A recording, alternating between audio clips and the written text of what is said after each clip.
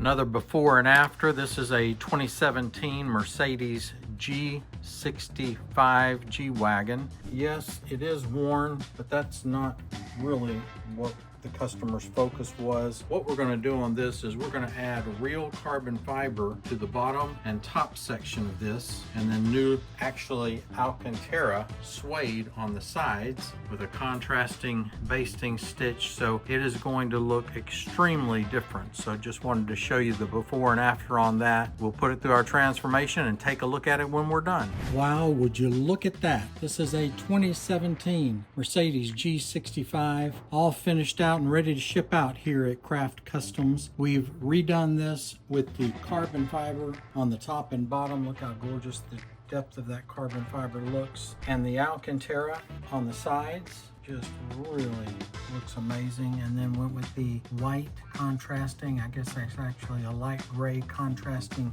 basting stitch to really set things off and pull things together. So another satisfied customer here at Craft Customs. And anything that you need, reach out to us here at craftcustoms.com. Like our video, subscribe to our channel, and tell others about us.